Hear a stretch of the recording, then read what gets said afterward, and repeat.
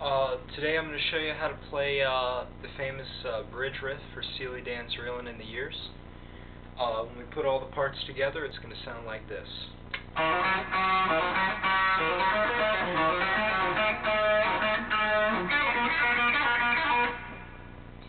Okay, so as you can see, it's kind of a multi-part riff, but primarily we're going to be dealing with our A mixolydian shape, which is just kind of think of your I guess your A7 chord,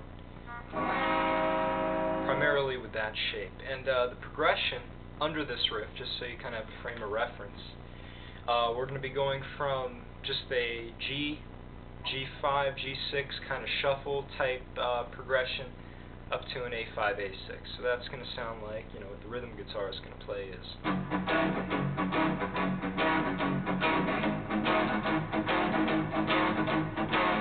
And that just repeats. So the first part of the riff is going to be dealing, with our G chord. And this G chord, we're going to be playing all the notes within the Lydian mode down here. So probably best to think of it as an A mixolydian, just sort of easier to picture, I guess, on the open strings. But what we're going to do first is we're going to hit this open G twice, just like that. And then what we're going to do is we're going to take our first finger and we're going to put it on fret 2 of our D string.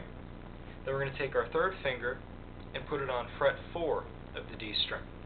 We're going to hammer it just like that.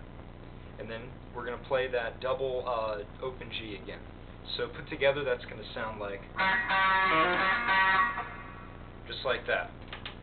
Okay, and then from there, we have probably the most complex part of the riff. It can be a little tricky to play sometimes with the pattern, just because of the variations are similar to each other. So what we're going to do here is we're once again going to hammer that first finger on the 2 to the third finger on the 4.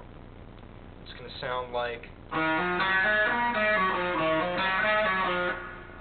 and that's slowed. So what we're actually doing there is starting again, like I mentioned, with the 2 to the 4 on the D string. We're going to go, so go from that hammer to our open G. And then what you're going to do is you're going to hammer all the way up through the scale. And this is just where imagining our A mixolydian comes in handy, because you can picture the scale. So what we're doing here is we're going open G, just straight through. Hammer that all the way through. Now what you could do is you could pull back off if it's easier, like that if you wanted to, but I think it sounds a bit better to actually go. So you actually stop the hammer. Instead of just pulling back off, you pick the note, and that is going to be our pull off from the 2nd fret of the G string to the open G, and then we're going to land back on our 3rd finger, which is going to be placed at fret 4 on the D string. So that part, played at full speed, is going to be, it's with the hammers, that's with the stop. So there's a slight difference, but it doesn't really matter. And then we have the next variation of that little part, and that is going to go like this. So it's a little easier to play, but it actually makes the riff trickier to play overall, just because of how similar the two parts are. You can get them a bit mixed up.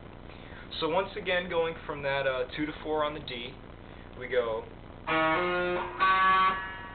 back to the open G, and then you just pull off of the fret 2 on the G to the open, and then land back with your 3rd finger on fret 4 of the D.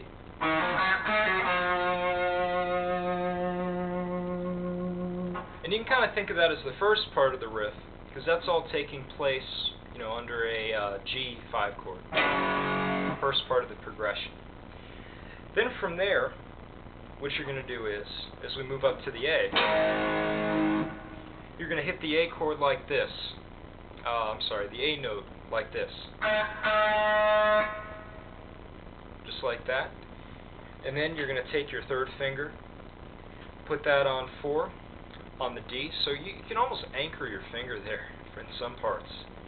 Might be beneficial just because of how much we come back to that F sharp there, that 4th fret on the D. So you're going to kind of bounce back from that with this rhythm.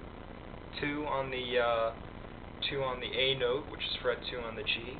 Then we go to the F sharp note, which is fret 4 on the D, like this. And you almost want to add in a little microtonal bend if you want to. Just kind of a little blues bend right there, like that little can just give it a little more flow.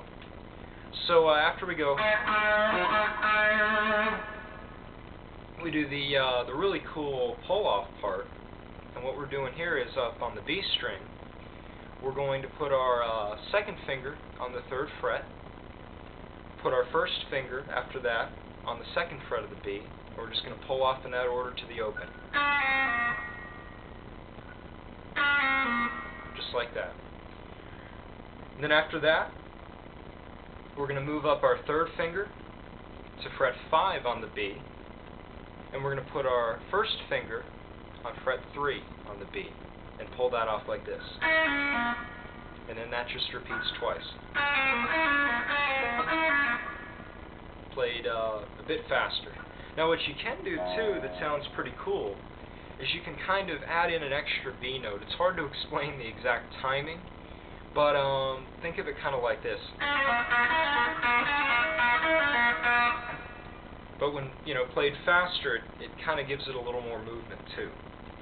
So that's pretty much the whole riff, aside from the harmony, which is a major 3rd up. But the harmony is actually entirely different, fingerings, obviously. So if you guys wanted to learn that, I'd be glad to do another video on the harmony part for this bridge riff. But played all together, it's going to sound like this.